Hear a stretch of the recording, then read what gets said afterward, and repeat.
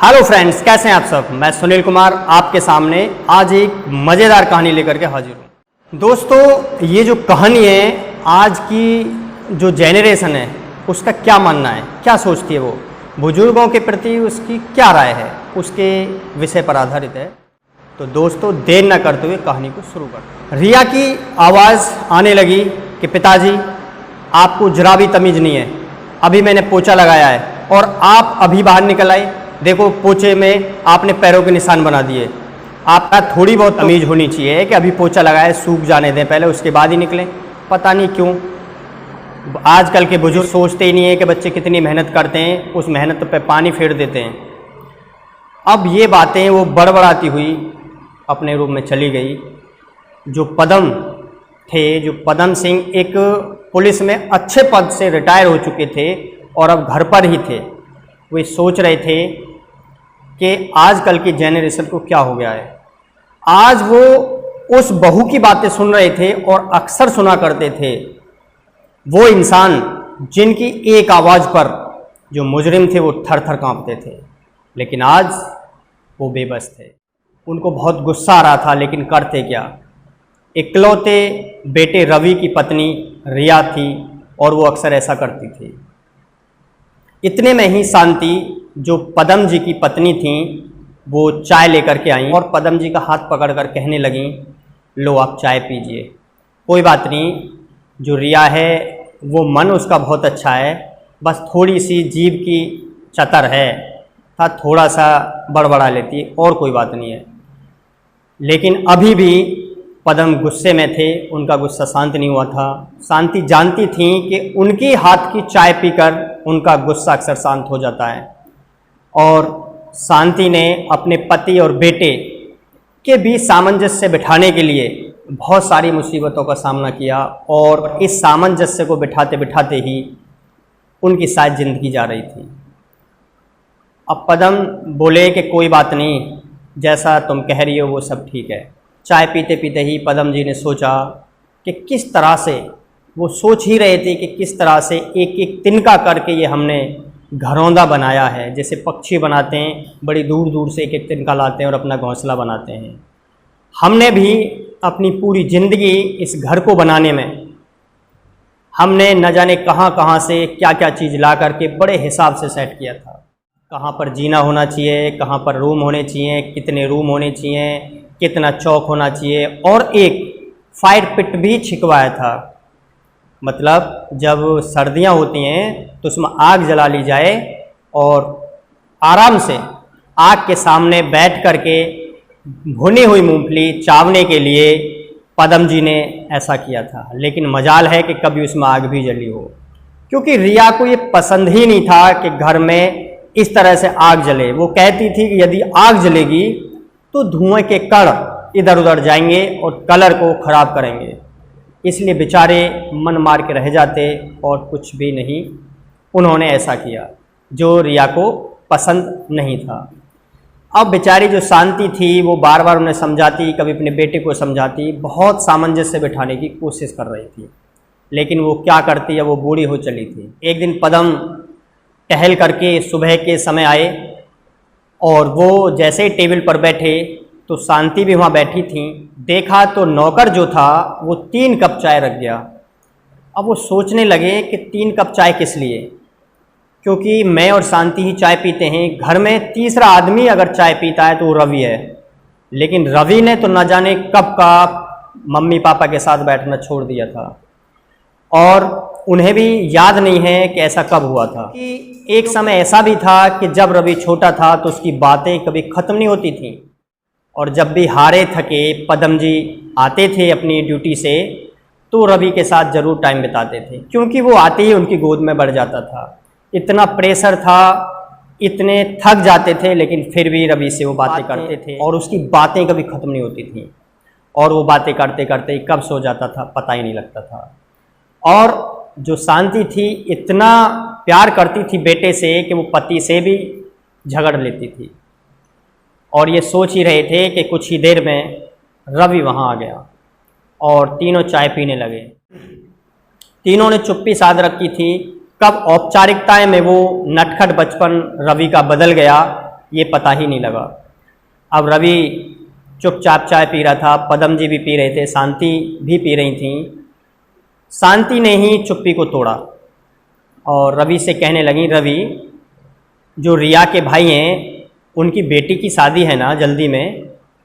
तो रवि कहने लगा, हाँ माँ, मैं उसी के सिलसिले में पिताजी से बात करने आया हूँ। अब इतनी बात सुनी तो पदम जी के कान खड़े हो गए।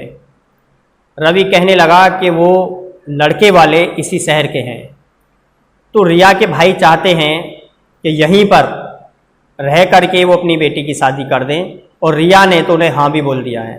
तो मैं कहने के लिए आया था कि दीदी भी इसी शहर में हैं, पिताजी और आप दोनों दीदी के पास 1 महीने के लिए चले जाते, और आपका जो रूम है वो भी उनके काम आ जाएगा।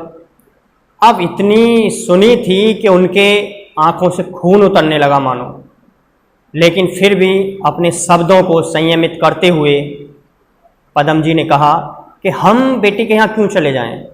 अरे 15 दिन की तो बात ही है, आप उन्हें किराए पर कोई जगह दिला दो जिसमें कि वो अपनी बेटी की शादी कर लें, और हमें भी कहीं जाने की ज़रूरत नहीं पड़ेगी। कि पिताजी, आप भी ना छोटी छोटी बातों पर ऐसा सोचते हो, रवि कहने लगा।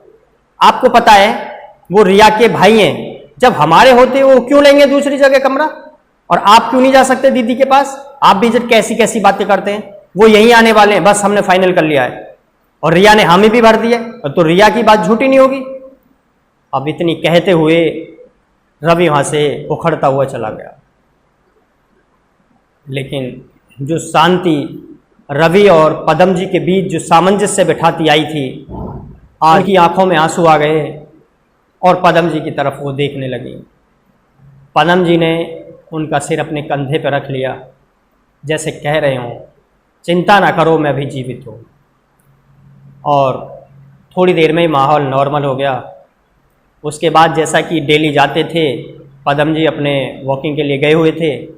अब उधर साइड से जब वो वॉकिंग करते हुए आए तो शांति मिली, और शांति से कहा कि आज क्या बात है, कुछ गुमसुम सी हो? कि नहीं, आज बात ये है कि जो रवि है वो रिया को लेकर के और अपनी ससुराल गया है बच्चों की छुट्टियां मनाने के लिए, 2-4 दिन बाद आएगा। कि पदम जी के चेहरे पर एक मुस्कान तैर गई, मानो कि वो कुछ कहना चाह रहे हों, और उन्होंने कुछ सोचा। और कुछ दिन बाद रवि पत्नी के साथ अपने बच्चों को लेकर आया, तो देखा तो जो उनका बंगला था, जो घर था, काफ़ी बड़ा घर था, उस पर ताला लगा हुआ था बाहर, और वहाँ पर एक चौकीदार वॉचमैन खड़ा हुआ था। अब उस वॉचमैन से चाबी मांगी तो वो कहने लगा, साहब इस बंगले की चाबी तो नहीं है। तो क्यों? अब उस वॉचमैन ने एक चाबी और एक लेटर उसे थमा दिया। लेटर में लिखा हुआ था कि बेटा रवि और बहू रिया, आप दोनों खुश रहें, हमारी यही इच्छा है। बेटा रवि, तुम्हें पढ़ाने लिखाने में हमने बहुत मेहनत की, न जाने कहाँ कहाँ तुम्हें पाने के लिए विन्नतें की। तुम्हारी माँ अक्सर मुझसे तुम्हारे विषय में लड़ा करती थी। अच्छे स्कूल में दाखिला कराया, बहुत अच्छे से परवरिश की। कोई ना कोई हमारे संस्कार देने में कमी रह गई कि शायद हम तुम्हें संस्कार अच्छे नहीं दे पाए। शायद ये मान लो कि हमारी जॉब ऐसी थी जिसकी वजह से तुम्हें संस्कार शायद अच्छे नहीं मिले, और माँ के अच्छे संस्कार की वजह से शायद तुम पढ़ पाए और बड़े हो पाए। लेकिन मुझे लगता है कि तुम हमसे भी ज़्यादा समझदार हो गए हो। हमने ये घर बड़ी मेहनत से, बड़े अरमानों से, बड़े सपने से सजाया है। एक एक दिन का न जाने हमने कहाँ कहाँ से, एक एक चीज़ कहाँ कहाँ से लगाई है, और हमने इसलिए बनाया था ये कि बुढ़ापे में हमारा सहारा बनेगा। मैं और तुम्हारी माँ इसमें बैठ करके अपने सुख दुख की बात किया करेंगे। लेकिन ऐसा लगता है कि हम अपने कमरे में ही कैद होकर रह गए। तो बेटा, हमने एक फ्लैट भी लिया था जिसकी जानकारी तुम्हें नहीं है। हमने तुम्हारा और बहू का सारा सामान उस फ्लैट में रखवा दिया है, और ये जो तुम्हारे हाथ में चाबी है ये उसी फ्लैट की चाबी है। और हम अपने इस घर में चाहते थे कि तुम्हारे साथ, तुम्हारे बच्चों के साथ हम हंसी खुशी रहें और पूरा घर खुशियों का माहौल रहे। लेकिन शायद ईश्वर को कुछ और ही मंजूर है। इसलिए बेटा हम अपने इस घर को टूटते हुए नहीं देख सकते और हम चाहते हैं कि तुम उस फ्लैट को अपनी माँ का और हमारा आशीर्वाद समझ के स्वीकार करें और इस घर को भूल जाएं, क्योंकि इस घर में केवल हम दोनों रहेंगे या हम जिसे चाहेंगे उसे रखेंगे। और हमारे बाद ये हमने अपनी वसीयत में ट्रस्ट के नाम कर दिया है, जिस पे हम दोनों के मरने के बाद इसमें एक वृद्धाश्रम खुलेगा। अच्छा रहेगा, तुम खुश रहो उस फ्लैट में। यदि तुम्हें वो फ्लैट पसंद नहीं आता तो कोई बात नहीं है, तुम उसे वापस कर सकते हो और अपना सपनों का कोई घर ले सकते हो। हमारा आशीर्वाद हमेशा तुम्हारे साथ है और हम तीर्थ यात्रा पर गए हुए हैं और 1 महीने बाद लौटेंगे। उम्मीद है कि तुम ये बात समझ गए होंगे। अब जैसे ही रवि ने ये बात पढ़ी, अपनी पत्नी को दिखाई, उसके बाद हुआ ये कि उसके तोते उड़ गए और पत्नी के भी तोते उड़ गए। करते क्या, अब बाबूजी ने सारी जो संपत्ति थी वो ट्रस्ट के जो नाम कर दी थी और वो हार करके वहाँ चले गए। तो देखा दोस्तों, बच्चे कभी कभी पेरेंट्स को इतना मजबूर कर देते हैं कि वो कदम उठा लेते हैं जो नहीं उठाना चाहिए। आज पदम जी ने जो कदम उठाया है, न जाने कितने पेरेंट्स इस कदम को उठाने से डरते हैं कि मेरे बच्चों का जीवन बर्बाद होगा। लेकिन हकीकत ये है कि आज के बच्चे ये चाहते हैं कि जो पेरेंट्स हैं यूजलेस हैं। उन्होंने जो किया है हर पेरेंट्स का कर्तव्य है, लेकिन वो ये भूल जाते हैं उन्होंने जो वृक्ष लगाया उसकी छाया में बैठने का उनको भी हक है। तो दोस्तों, आपको कहानी कैसी लगी? यदि अच्छी लगी है तो हमारे चैनल को सब्सक्राइब करें, हमारी वीडियो को लाइक करें और अपने फ्रेंड सर्किल में और अपने रिलेटिव्स में वीडियो को शेयर करना ना भूलें। धन्यवाद दोस्तों।